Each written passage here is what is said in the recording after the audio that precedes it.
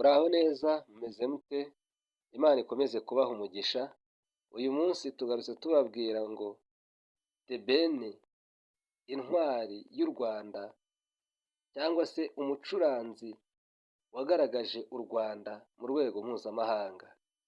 Noneho umugore we aratwite, gusa hari amafoto menshi yagiye acaracara The Ben ari gukorakora ku nda y'umugore ngo yumve akabebe.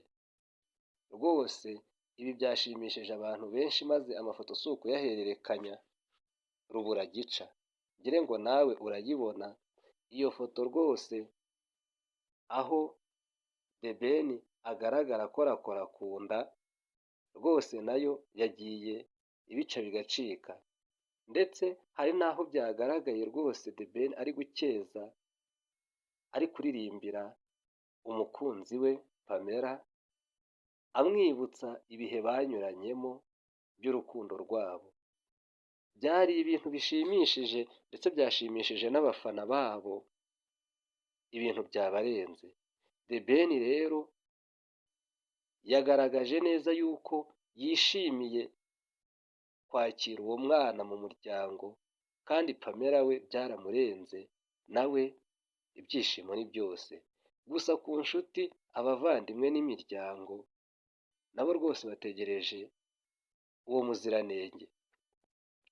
Reka tubibutse ko The Ben na Pamela ari abasitari, bakaba abantu bakurikiranwa cyane hirya no hino ku rwego rw'isi, ndetse mu Rwanda by'umwihariko bakaba bakurikiranwa cyane, bashimirwa ibikorwa bitandukanye bagenda bageza ku banyarwanda, cyane cyane nk'indirimbo zibasusurutsa, zibakura mu bwigunge, zibafasha mu bihe bitandukanye. Ngire ngo abantu benshi bakunda kujya ku mbuga nkoranyambaga babona The Ben n'umugore we bari mu buzima buryoshye, igihe cyose bahorana umunezero, mbega muri make wagira ngo bageze muri Edeni. Rero nk'uko uyu muhanzi ahora abigaragaza, ntabwo ajya ahisha amarangamutima ye, ahubwo aba ashaka kuyagaragaza, ariko cyane cyane ayagaragariza umukunzi we. Niyo mpamvu igihe icyo ari cyo cyose, akantu ako ari ko kose bagezeho muri ubu buzima, bagatangariza isi yose kugira ngo ikamenye. Hariho abantu benshi bakunda kubanenga bavuga ko bashyira ubuzima bwabo hanze, ariko abandi bakabashima bakavuga ko ariko kuryoshya k'umusitari.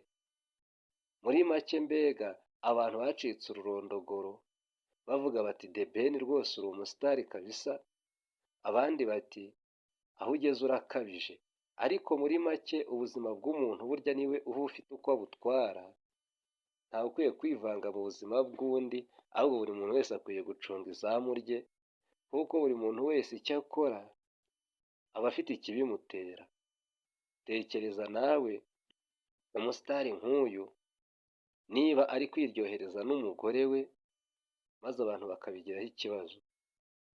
Kandi nyamara ubundi hariho abantu benshi bavuga ngo ubuzima ni buke, nubwo atari ko twese tubyemeranyaho, ariko ubuzima uko bwaba bumeze kose ukwiye kuburyohamo, ukabunezerwamo, ugakora icyo wagombaga gukora uticuza.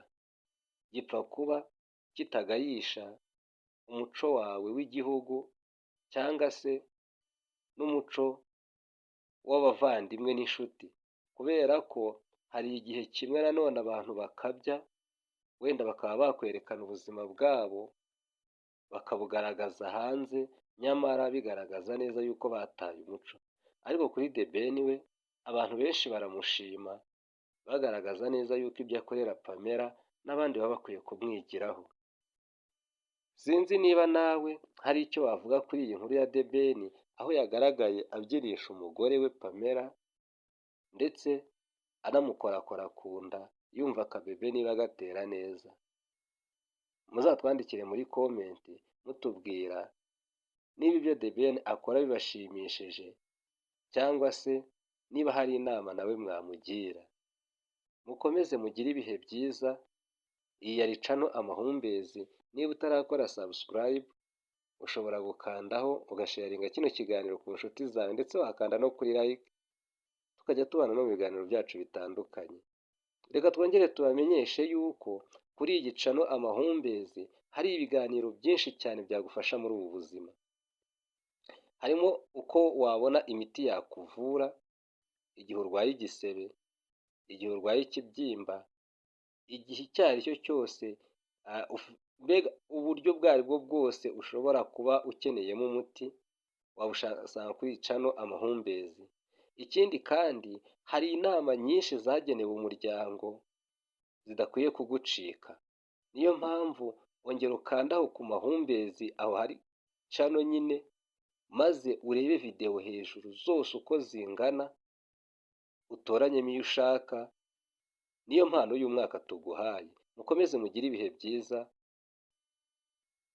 Imana ibarinde.